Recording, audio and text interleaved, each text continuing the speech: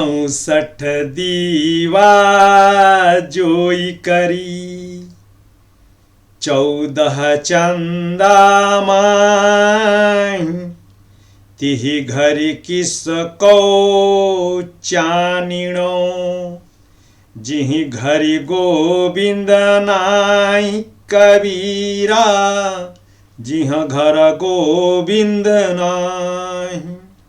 संदर्भ तो प्रस्तुत साखी निर्गुण काव्य धारा के श्रेष्ठ संत कवि कबीरदास जी द्वारा रचित है, जो बीजक में संकलित है, जिसका संकलन उनके परम शिष्य धर्मदास ने किया।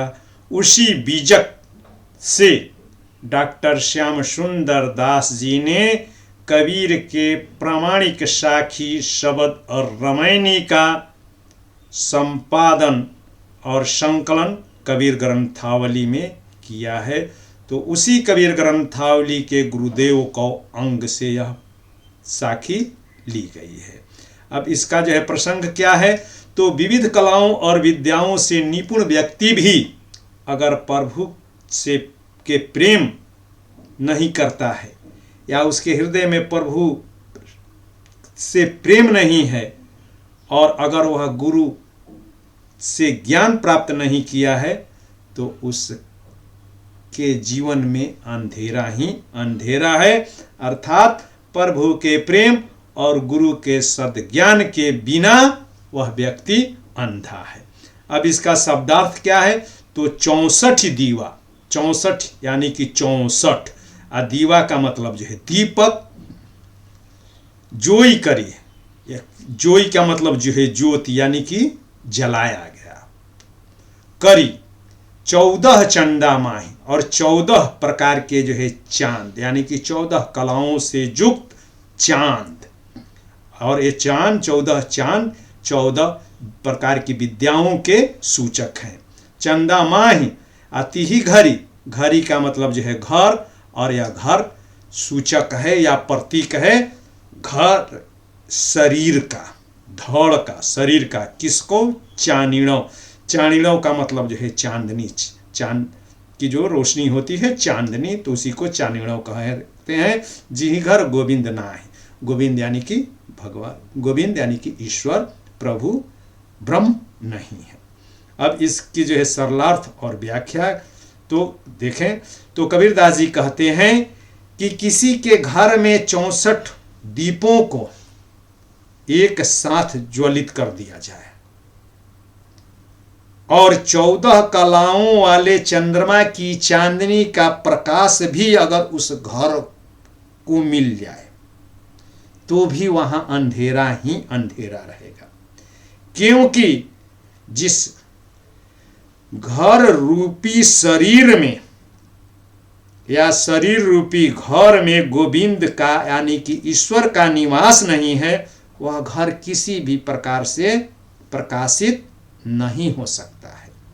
अर्थात जो हृदय प्रभु की भक्ति से रहित है, उस हृदय को अनेक कलाएं यानी कि 64 कलाएं और 14 प्रकार की विधाएं और विद्याएं भी प्रकाशित नहीं कर सकती है। ठीक उसी प्रकार जिस प्रकार शरीर रूपी मंदिर में अगर ईश्वर का निवास नहीं हो और वह गुरु के ज्ञान से वह वंचित हो, या गुरु का ज्ञान उसे प्राप्त नहीं हुआ हो, अर्थात जो अज्ञानी है, भगवत भक्त नहीं है, और जिसे गुरु का आशीर्वाद प्राप्त नहीं है, तो वह व्यक्ति 64 कलाओं और 14 विद्याओं से युक्त होने के बावजूद उसका हृदय अंधकारमय ही रहेगा। कलाओं और विद्याओं की निपुणता वास्तविक प्रकाश नहीं है, मोक्ष नहीं है, निर्वाण नहीं है, वरन वास्तविक प्रकाश तो प्रभु के प्रति प्रेम, उनके प्रति समर्पण और ज्ञान में निहित है। अब इसमें विशेष होगा तो 64 दीवा, 64 दीपक 64 कलाओं का प्रतीक है, तो 14 चंदा 14 प्रकार की विद्याओं का प्रतीक है। तो इस तरीके से इसमें प्रतीकात्मक भाषा का प्रयोग किया गया है। और वैसे ही घर भी प्रतीकात्मक है।